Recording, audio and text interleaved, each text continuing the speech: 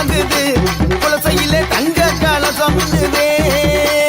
அங்கே இடி முழங்குது குலசையிலே தங்க கலசம் மின்னுதே.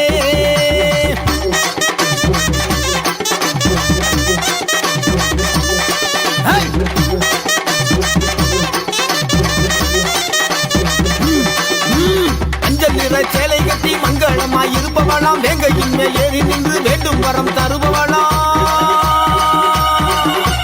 மஞ்சள் நிற சேலை கட்டி மங்களமாய் வாழ்பவளாம் வேங்கையின் மேல் ஏறி நின்று வேண்டும் வரம் தருபவளாம். அங்கே இடி முழங்குது குலசையிலே தங்க கலசம் மின்னுதே.